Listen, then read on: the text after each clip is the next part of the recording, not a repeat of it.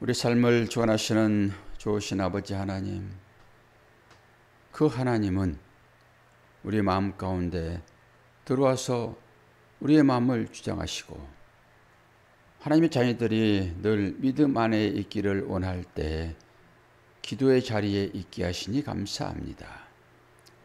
오늘도 그 은혜 감사하여 새벽을 깨우오니 우리들의 간구에 응답하여 주심으로 하나님의 자녀를 살아가신다라고 하는 이 말씀이 우리 심령 가운데서 이루어짐을 경험할 수 있도록 도우시고, 우리의 기도가 나를 죄악에서 건져내고 또한 우리의 자녀를 살리고 이웃을 살리는 힘이 있다는 것을 알고 최선을 다하여 기도하게 하여 주옵소서. 감사드리며 예수 그리스도의 이름으로 기도하옵나이다. 아멘. 하나님 말씀 시편 39편입니다. 13절까지 보겠습니다.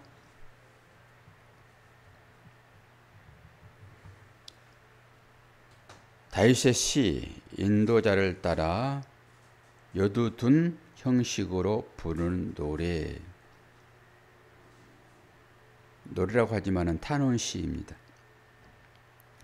내가 말하기를 나의 행위를 조심하여 내 혀로 범죄하지 아니하리니, 악인이 내 앞에 있을 때에 내가 내 입에 재갈을 먹이리라 하였도다. 내가 잠잠하여 선한 말도 하지 아니하니 나의 근심이 더 심하도다. 내 마음이 내 속에서 뜨거워서 작은 소리로 읊조릴 때에 불이 붙으니 나의 혀로 말하기를 여호와여, 나의 종말과 연한이 언제까지인지 알게 하사 내가 나의 연약함을 알게 하소서. 주께서 나의 날을 한 뼘 길이만큼 되게 하시며 나의 일생이 주 앞에는 없는 것 같사오니, 사람은 그가 든든히 서 있을 때에도 진실로 모두가 허사뿐이니이다. 진실로 각 사람은 그림자같이 다니고 헛된 일로 소란하여 재물을 쌓으나 누가 거둘는지 알지 못하나이다. 주여, 이제 내가 무엇을 바라리요? 나의 소망은 주께 있나이다.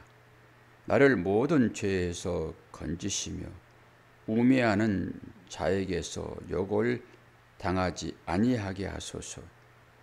내가 잠잠하고 입을 열지 아니하면 주께서 이를 행하신 까닭이니이다. 주의 징벌을 나에게서 옮기소서. 주의 손이 치심으로 내가 쇠망하였나이다. 주께서 죄악을 책망하사 사람을 징계하실 때에 그 영화를 좀처럼 같이 소멸하게 하시니, 그 영화를 좀 먹음같이 소멸하게 하시니 참으로 인생이란 모두 헛될 뿐이니이다. 여호와여, 나의 기도를 들으시며 나의 부르짖음에 귀를 기울이소서. 내가 눈물을 흘릴 때에 잠잠하지 마옵소서. 나는 주와 함께 있는 나그네이며 나의 모든 조상들처럼 떠도나이다. 주는 나를 용서하사 내가 떠나 없어지기 전에 나의 건강을 회복하소서. 아멘. 이 아침에는 모든 기능들이 약해져 있죠. 그래서 제가 눈이 요즘에 좀 침침해지는데 아침에는 더 합니다. 아침들이 잘 안 보여요. 잘 안 보이니까 대충 읽어버리고 그러는데, 그리고 글을 읽을 때 그냥 짐작해서 읽는 경우도 있거든요. 그때 눈 좋으신 분들이 보게 되면은 잘못 읽으신다, 그렇게 얘기할 수 있어요. 아침에는 모든 기능들이 사실 다 떨어져 있습니다. 그럼에도 불구하고 우리는 기도하기 위하여 이렇게 깨어 있는 것이죠. 사실 우리의 삶 가운데서 힘이 조금 빠져야지 좋을 것 같기는 해요. 일을 열심히 할 때는 힘 빠지면 큰일이잖아요. 근데 일을 열심히 안 할 때는 좀 힘도 좀 빠고 기력도 좀 딸리고 그러면 자기의 약해진 모습을 보면서 하나님을 더 찾게 되지 않는가. 사실 싸우는 것도 힘이 있어야 싸우잖아요. 힘이 있어야. 아내하고 남편하고 이웃하고 언쟁하는 것도 속에서 뭔가 좀 올라가고 해야지 그거 싸우지. 근데 사실 힘을 좀 빼는 것은 어쩌면 하나님께서 하시는 좋은 일 같기는 해요. 근데 말씀을 읽을 때 힘이 빠져가지고 이 눈이 어두워지는 것은 따져보니까 눈의 근력이 약해져서 그렇답니다. 이 조절 능력이 떨어져가지고 우리가 이제 잘 안 보이면 어떻게 해요? 인상을 딱 쓰잖아요. 그것은 눈의 근육에 힘을 넣는 것이더라고요.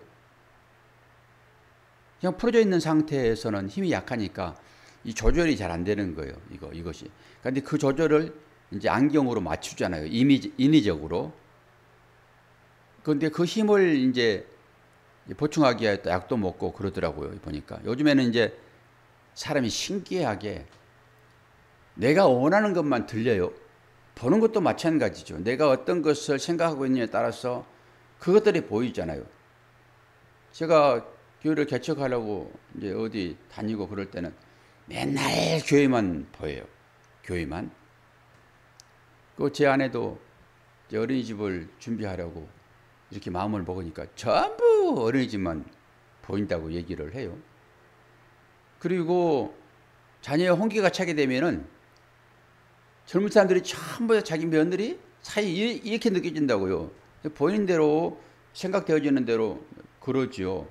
요즘에는 그 눈 좋아지는 약 천전이 자꾸 들어와요. 이렇게 이것만 먹으면 금방 젊은 청년처럼 됩니다. 여기에 이제 속아 넘어가면 큰일 나는 거예요. 차에 광고하면서 막 드라이버로 막 찍고 벤치로 막 찍고 막 긁고 해가지고 약 하나 바르면은 깨끗하게 복원된다라고 하는 선전에 속아가지고 제가 중국에서 한국 약은 또 비싸요. 그런 것들이 중국에서 약을 사가지고 발랐는데 시약만 또 못해요. 이제 그런 거예요. 사람이 자기가 필요한 것을 찾게 돼 있다고요. 그게 눈에 들어오는 거예요. 저 약을 좀 먹어볼까? 이러다가도 옛날 생각하고 또 가장 강고이지. 그리고 참아버립니다.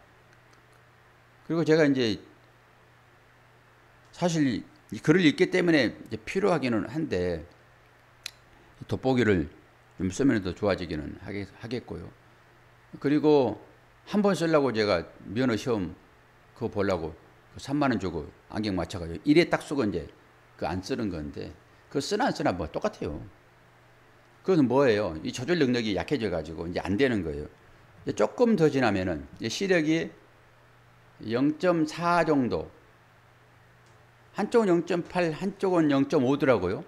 0.8 되면은 면허 갱신할 수 있어요. 장로님은 시력 좋으시죠? 안경 안 쓰시는 거니까.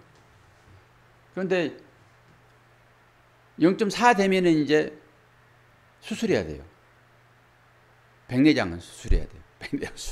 백내장 수술하면은 안에다가 이제 그 넣어주잖아요. 그 안경 알을. 그런 거지요. 걷어내고 0.4 되기 전까지는 의사도 뭐 수술을 권유하지 않는다 얘기하더라고요. 근데 제가 뭐 글을 안 보고 그러면 전혀 삶에는 지장이 없어요. 삶에는. 근데 이렇게 이제 글을 봐야 되니까 신경 써서 하는데 조금씩 이렇게 아를 읽기도 하고 아를 어로 읽기도 하고 이제 그런 것들이니까 아버지, 어머니 이럴 때 저분이 하나님 아버지를 부르시는구나 이렇게 생각하셔야지 왜 하나님 목사님 그때 그 어머니라고 그랬어요. 그러지 마시라고요. 대충 넘어가시라고요. 그런 부분에 있어서 아침에는 더 그러니까 정말 필요할 때는 이제 돋보기를 쓰고 이제 하겠지요. 뭐 금액을 적어서 법적인 증거를 찾는다지 그러면 돋보기 쓰고 해야지. 그걸 엉뚱하게 적으면 큰일 나잖아요. 그러니까 제가 문자를 보내놓고도 이 안경 쓰고 보게 되면은 아유 저 목사님이 완전히 저 한글도 제대로 알지 못해가지고 쓸 때 어려서 막 쓰는구나 그렇게 말할 수 있으나 지금은 그것도 개의치 않아요. 써놓고 보내놓으면은 이제 그런 것이 드러난단 말이에요. 옛날에는 그걸 다 밑에다가 다시 적었어요. 제가 이렇게 아는데 그 틀리게 보냈습니다라고. 근데 이제 좀 인생을 살고 그러면은 너도 그러고 나도 그렇고 너도 그러니 나도 그렇지 라고 좀씩 전부 용서가 되는 거예요. 그때 가서는 이제 우리가 그렇게 좀 여유롭게 살 필요가 있어요. 제가 왜 이런 소리를 하냐 그러면은 어떻게 해야 하나님의 그 요구를, 하나님의 뜻을 우리가 알고 거기에 맞춰 살까 라고 생각하면서 그 생각을 해보는 거예요. 여러분 어떨 때 하나님을 간절히 찾습니까? 권사님은 하나님을 간절히 찾습니까? 살면서? 장로님은 권사님이 얘기 안 하니까 장로님 할 얘기가 있잖아요. 장로님은 어떨 때 하나님을 간절히 찾습니까? 이제 스스로에게 한번 질문해보는 거예요. 제게도 질문해보고 여러분도 스스로에게 질문을 해보고 어떨 때 우리가 하나님을 간절히 찾지? 간절히 찾지 않으면 그분의 마음을 잘 알 수 없잖아요. 어떨 때 간절히 찾지요? 그럴 때가 분명하게 인생을 돌아보면 있어요. 간절히 찾을 때 그때 하나님을 만나는 계기가 되거든요. 그때 어제 제가 목사들 모임에 가가지고 많이 못 나오셔서 사정을 들어봤더니 일본에 여행을 간 목사님인데 평생 집하고 교회만 생각하는 그런 분이시거든요. 여행도 안 다니시고. 그런데 한갑이 넘어가지고 이번 기회가 아니면은 아버지 절대 여행 못 가시니까 일본을 계획해가지고 자녀 둘하고 사모하고 일본을 가서 한 주간 이제 거기 있는 거거든요. 이제 오늘 들어오는 걸로 되어 있었는데 갑자기 어제 들어왔다는 연락을 받았는데 처형이 돌아가셨대요. 처형이.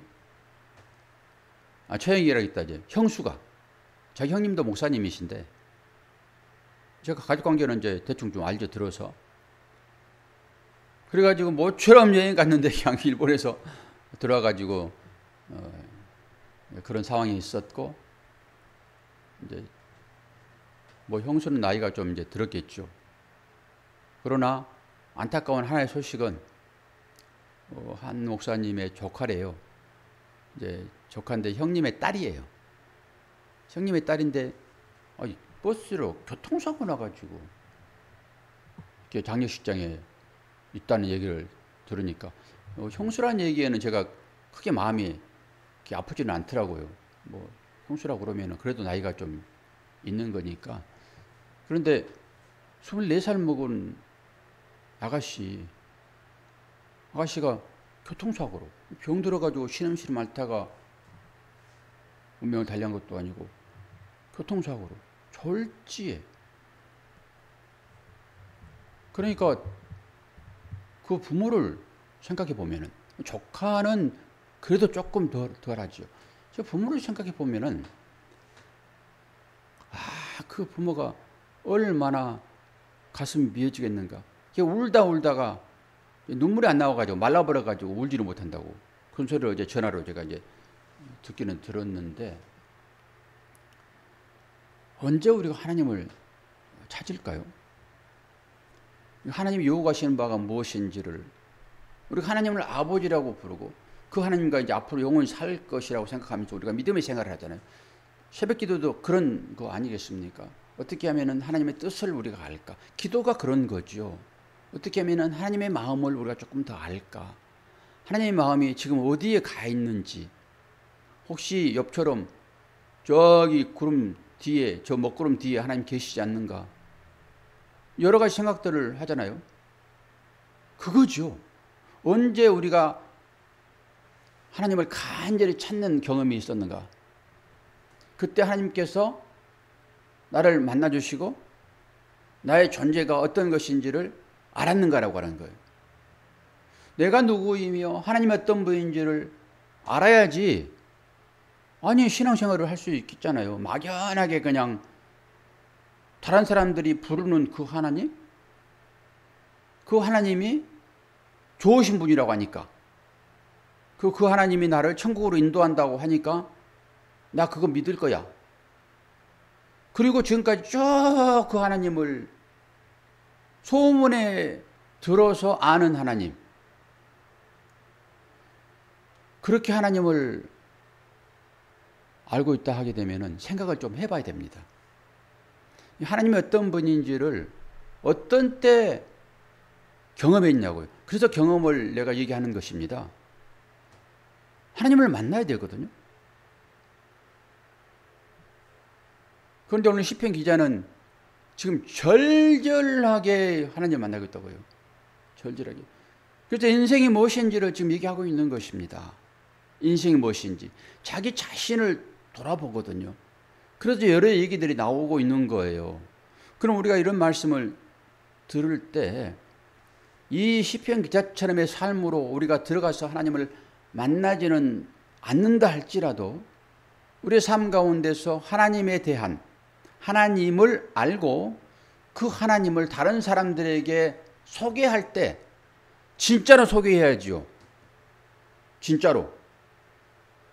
나를 만나서 내가 누구인지, 그리고 내가 앞으로 어떻게 될 것인지를 그분을 통해서 안 그 사실을 다른 사람들에게 얘기해야죠.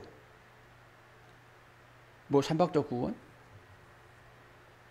그런 식으로 하나님을 알고 그렇게 하나님을 소개한다 하게 되면은 그 사람도 그 하나님 외에는 모를 것입니다. 그러니까 이 시편 39편 같은 경우에는 이 기도자가 지금 다윗인데 다윗이 아는 그 하나님을 알 방법이 없어요. 직접 하나님이 어떤 분인지. 그래서 제가 조심스럽긴 하지만은 다윗의 처지, 욥의 처지를 우리는 감당하지 못합니다. 그러나 그것에 비교할 수는 없지만은 그래도 그 과정 중에서 구원받았는지, 그리고 그 과정 중에서 하나님이 나를 얼마나 사랑하시는지를 깨닫는 그 계기가 누구에게나 필요하다고요. 누구에게나. 그것이 현상적으로 실제적인 삶 가운데서도 있을 수 있지만은 그렇지 않고서도 알 수는 있어요. 우리가 하나님이 어떤 분이신지. 그래서 그 믿음 깊은 곳으로 들어가서 거기에서 하나님을 만날 때 그 하나님은 참 하나님이십니다. 참 하나님. 우리가 이제 탄원시라고 했을 때 시편에 7편을 탄원시라고 했잖아요. 근데 어제 38절이 탄원시예요. 38절은 6장, 32장, 38장, 51장, 102장, 130장, 143장 이게 탄원시거든요. 그런데 38장이 세 번째 탄원시였습니다. 탄원이에요, 탄원. 그런데 오늘 39장도 거의 비슷해요. 39장도. 39장을 이제 보시게 되면은 이 물질에 대한 얘기도 이제 나오는데 이 물질을 내가 아무리 많이 벌어도 이것이 나의 존재를 증명하지 못한다라고 하는 탄식을 하거든요, 지금. 다른 말씀을 보게 되면은 누가복음 12장 15절을 보게 되면은 그들에게 이르시되 삼가 모든 탐심을 물리치라. 사람의 생명이 그 소유에 넉넉한 데 있지 아니하리라. 주님이 말씀하십니다. 근데 우리는 대부분 다 물질이 넉넉하면은, 나의 소유가 넉넉하면은 그것이 나의 행복이다라고 생각하는 경우가 엄청 많이 있어요. 그리고 그 물질을 의지합니다. 그것이 떨어지게 되면 불안한 거예요. 그건 뭐죠? 믿음이 없는 거예요, 결론은. 하나님께서 모든 것을 다 관장하시고 쥐고 있는데 하나님께서 베푸신 그것이 나한테 조금 없어졌다 해가지고 당장 불안해지게 되면은 하나님을 불신하는 경우가 되어버린다는 거예요. 그래서 이 다윗도 계속 지금 탄원을 하잖아요. 어떻게 하면 이 질병에서 내가 건짐 받을까? 라고 하다가도 자신의 이 처지를 탄식하지는 않아요. 탄식하지는 않아요. 자신의 처지를 원망해버리는 그런 일이 발생하게 되면은 나를 지으시고 나를 있게 하시고 나와 함께 하시는 그 하나님을 부정하는 행위이기 때문에 자기를 원망하지 않습니다. 그리고 이것에 대한 불평함을 토로하지 않아요. 물론 이것이 없어지기를 바라죠. 병 낫기를 당연히 구하는 게 맞지요. 병이 없어지기를 구하는 거 아닙니까, 그것이. 그러나 그것 때문에 원망하지 않는다고요. 자기 자신도 원망하지 않아요. 자기 자신을 원망하게 되면은 자신을 잊게 하시는 하나님을 원망하는 것이고, 우리가 이제 자녀와 부모의 가운데서도 이런 얘기 할 수 있죠. 내 자신을 원망해버리게 되면은 나를 낳아주신 부모님을 원망하는 것과 똑같아요. 그렇기 때문에 자신을 원망해서도 안 된다라고 하는 것을 오늘 교훈으로 우리가 받아들여야 되는데요. 사실 오늘 이렇게 간절하게 기도하는 것은 어때요? 자기 자신이 이 병마와 싸우고 있으면서 이 병마를 싸워서 이겨낼 만한 그런 힘을 잃어버린, 그러니까 이 병이 너무 중하여 이것을 극복할 만한 힘이 없는 그런 상태로 빠졌다라고 하는 것입니다. 그러니까 우리가 이길만 한 것은 이길 수 있죠. 감기 들어가지고 뭐 죽을 병 걸린 것처럼 그렇게 기도하는 사람이 있어요. 왜 그렇습니까? 내가 이길만 하거든요, 체력적으로. 그리고 또 더 심한 병이 좀 왔다 하더라도 이것은 내가 충분히 이길 수 있어 라고 하는 그 믿음이 있기 때문에 병을 싸워서 이기는 거거든요. 그런데 오늘 이 시편의 기자는 이것을, 이 한계를 지금 넘어섰다고 생각하는 것입니다. 이 한계를 넘어섰다고 하면서 하나님 앞에 결국 이 죽음이, 이 병이 나를 죽게 만들 것입니다 라고 하는 탄식이 여기에 있는 거예요. 그래서 나그네라는 얘기를 하는 거고요. 인생의 수완이 얼마나 짧은지 이런 얘기들을 쭉 하고 있어요. 얼마나 큰 고난 가운데 있으면은 이 탄식을 하고 있는지 이제 한번 볼 텐데요. 4절에서 6절까지가 이제 그런 거예요. 그리고 이 기자는 이 하나님의 뜻을 묻기보다는 자기 편에 서서 하나님께 속된 말로 가르치려고 드는 듯한 얘기가 있단 말이에요. 한번 볼까요? 4절에서 6절까지를 보게 되면은, 여호와여 나의 종말과 연한이 언제까지인지 알게 하시옵소서. 내가 나의 연약함을 알게 하시옵소서. 주께서 나의 날을 한 뼘 길이만큼 되게 하심에 나의 일생이 주 앞에는 없는 것 같사오니, 사람은 그가 든든히 서 있는 때에도 진실로 모두가 허사뿐이나이다. 진실로 각 사람은 그림자같이 다니고 헛된 일로 소란하며 재물을 쌓으나 누가 거둘는지 알지 못하나이다. 그래서 제가 누가복음을 읽어드렸던 거고요. 사람이 이렇습니다. 하나님 아십니까? 사람이 이래요. 하나님 아시냐고요? 자기 편에 서서 인생을 지금 생각하고 있는 것입니다. 자기 편에 서서. 그러면서 아니 종말이 지금 나한테 닥쳤습니다. 다윗은 늘 죽음이 한 발쪽 앞에 섰다라고 얘기도 해요. 그러니까 복음을 전하는, 복음을 가지고 있는 사람들의 삶이라고 하는 것은 항상 그럴 수밖에 없지요. 왜 세상이 믿는 사람을 미워합니까? 그 미워함이 증거잖아요. 그것들이. 그것은 곧 세상은 악한 것이기 때문에 세상은 빛을 싫어하시죠. 그래서 세상이 빛이신 주님을 싫어하기 때문에 주님을 따르는 사람들을 싫어할 수밖에 없어요. 그건 주님의 얘기입니다.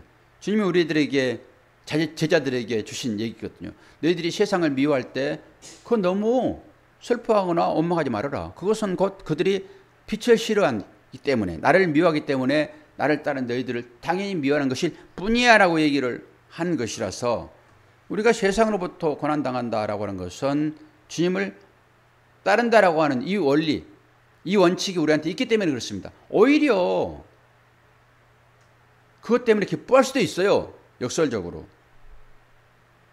세상이 우리를 미워하는데 왜 그걸로 기쁨으로 삼습니까? 그렇게 말할 수 있으나 주님 말씀하시잖아요. 세상이 너희를 미워하는 것은 곧 세상이 나를 미워함으로 나를 믿는 너희들을 미워하는 것은 당연한 것이다. 증거로 보여주는 것입니다. 그러니까 아무런 고난이 없이 아무런 문제가 없이 태평 제일 되겠습니까? 안 되는 거지. 그런 일은 있을 수도 없고 이 땅 가운데서 하나님을 아는 그걸 제가 초반에 말씀드렸지만은 어떨 때 하나님께서 나를 사랑하시는지 그리고 내가 어떨 때 하나님을 가까이 찾고 있는지를 볼 수 있는 것은 바로 오늘 이 시편의 기자처럼입니다. 뭐라고 얘기합니까? 나의 연한이 나의 날이 한 뼘 같대요. 그럼 소망이 완전히 끊어졌죠, 지금. 얼마나 중병이 들었으면은 내가 지금 죽음 직전에 있다라고 하는 것을 한 뼘이라는 말로 얘기하잖아요. 이 시적인 표현 아닙니까? 그러면서 내가 뭘 지금 바라겠습니까? 나는 온전히 소망이 죽게만 있습니다. 그리고 얘기를 해요. 그리고 7절에서 11절까지가 이제 거기에 대한 얘기가 주여 이제 내가 무엇을 바라리요? 나의 소망은 주께 있나이다. 나를 모든 죄에서 건지시며 우매한 자에게서 욕을 당하지 아니하게 하소서. 내가 잠잠하고 입을 열지 아니함은 주께서 이를 행하신 까닭이니이다. 이것도 바로 십자가가 확 드러나죠. 주의 징벌을 나에게서 옮기소서. 주의 손이 치심으로 내가 세망하였나이다. 뭐예요? 병들었다라고 하는 것은 그 사람들의 인식은 내가 죄를 지었으므로 이 병이 나한테 찾아왔지. 내가 얼마나 큰 죄를 지었으면은 이 내 생명의 수완이 한 뼘일까라고 하는 탄식이 있는 것입니다. 자기 자신을 돌아보는 것이죠. 그러면서 주께서 죄악을 책망하사 사람을 징계하실 때에 그 영화를 전문같이 소멸하게 하시니 참으로 인생이란 모두 헛될 뿐입니다. 그리고 나서 여호와여 나의 기도를 들으시며 나의 부르짖음에 귀를 기울이소서. 내가 눈물을 흘릴 때에 잠잠하지 마옵소서. 나는 주와 함께 있는 나그네이며 나의 모든 조상들처럼 떠도나이다. 주는 나를 용서하사 내가 떠나 없어지기 전에 나의 건강을 회복시키시옵소서. 제가 뭐라고 말씀드렸습니까? 자기를 원망한다든지 자기 형편을 원망하는 것은 곧 나를 존재되게 하신 부모님을 원망하는 것처럼 되기 때문에 그런 원망은 하지 않아야 되지만은 이 기자는 지금 하나님을 향하여서 기도하고 있다고요. 좀 차원이 다른 그런 기도겠지요. 우리가 원망하지 않는다 해가지고 아무것도 안 합니까? 하나님께서 하나님의 뜻대로 지금 일들이 이루어지고 있는데 내 인생 자체가 그런 거잖아요. 근데 나를 원망해버리면은 이 삶을 부정해버리게 되면은 나를 낳아주신 부모님을 원망하는 것처럼 나를 나되게 하시는 나를 나보다 더 잘하시는 그 하나님이 모든 것을 간섭하신다라고 이 믿음이 우리한테 있는데 이 믿음 자체가 우습게 되어버리는 꼴이 된다라고 하는 것입니다. 우리에게 주어지는 이 다양한 여기서는 병마를 얘기하고 있지만은 이 병마가 나를 지금 장악해가지고 내 생명이 지금 한 뼘밖에 남지 않았어요. 시편 기자는 그걸 얘기하지만은 우리의 삶은 다양하게 지금 여러 가지 것들이 주어지고 있잖아요. 그리고 그것을 해결하려고 하는 우리의 이 몸부림이 또 있고 뭐 하나님이 관장하시니까 하나님이 알아서 하시죠 라고 아무것도 하지 않는 것이 아니다라고 하는 것입니다. 그래서 병마를 위하여 열심히 기도하셔야 되고 우리의 삶 가운데 어떤 문제가 발생되게 되면은 그것을 놓고 하나님 앞에 씨름하듯이 기도하셔야 된다고 하는 거예요. 그러나 원망 차원의 것은 아니겠지요. 야곱이 천사와 씨름하면서 나를 축복하지 아니하면은 당신을 본지 않겠습니다라고 하는 그 기도. 하나님 이 문제를 통해 가지고 나는 하나님을 알기를 원해요 라고 하는 것이 병마에 대한 기도이고 우리 삶 가운데 있는 다양하게 주어지는 그 일을 해결하고자 하는 열심입니다. 당연히 이것은 해야 할 일일 것이죠. 그리고 그 가운데서 씨름하다 보면은 하나님이 어떤 분인지를 여러분 결국 알게 될 것입니다. 당장은 알 수 없는 그걸로 그 문제가 해결될 수도 있어요. 그것이 문제가 풀어져서 나한테 기쁨으로 다가오든지, 도대체 24살 먹은 그 다 키워놓은 펴보지 못한 그 꽃망울, 그 딸을 잃어버리는 그 절망한 통곡하는 그 부모의 마음이 당장 거기에서 뭘 깨닫습니까? 지금 엄습하는 그 슬픔이 모든 걸 장악해버렸는데, 그때 깨닫고 그 시신 앞에서 우는 부모가 어디 있겠습니까? 웃는 부모가 어디 있겠습니까? 하나님 깨달았어요 라고 웃는 부모가 어디 있겠냐고요. 그 당시에는 절대 여러분 못 깨닫습니다. 그러나 지나고 나면은 그것이 무엇인지를 알게 돼요. 그때서야 그 하나님이 어떤 분인지를 알게 되는 것입니다. 도대체 이해나 할 수 있겠습니까? 24살 먹은 꽃다운 아가씨가 갑자기 버스에 치여가지고 사망을 했는데, 그 일을 통해 가지고 그는 분명하게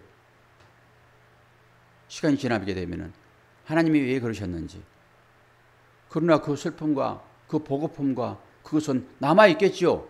추억으로. 그래서 또 눈물 짓겠지요. 그러나 그 통곡할 때 그 슬픔과 지금 몇 년 지나서 생각해보고 하나님을 만나는 그때 그 눈물은 차원이 다른 눈물이에요. 여기에 들어가서 하나님을 만났는가라고 하는 것입니다. 여러분에게 거기까지 제가 요구하겠습니까? 그러나 그런 것들의 증상으로 우리에게 주어지는 이 다양한 이 일들을 통해 가지고 하나님 만나셔야죠. 하나님을.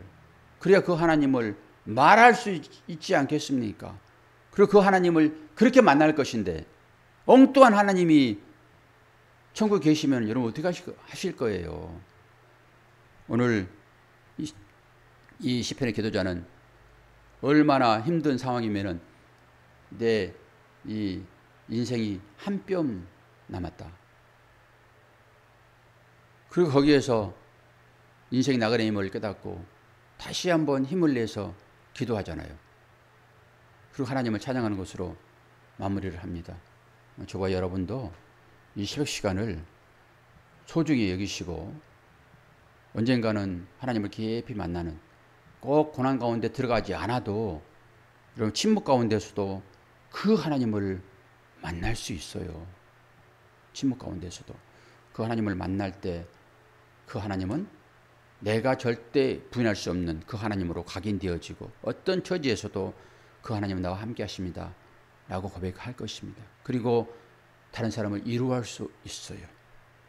그 위로는 참다운 위로가 되는 것입니다. 자, 기도하겠습니다. 하나님 아버지, 우리의 모든 삶이 하나님의 특별하신 인도함 가운데 있는 것을 우리는 고백하지 아니할 수 없습니다.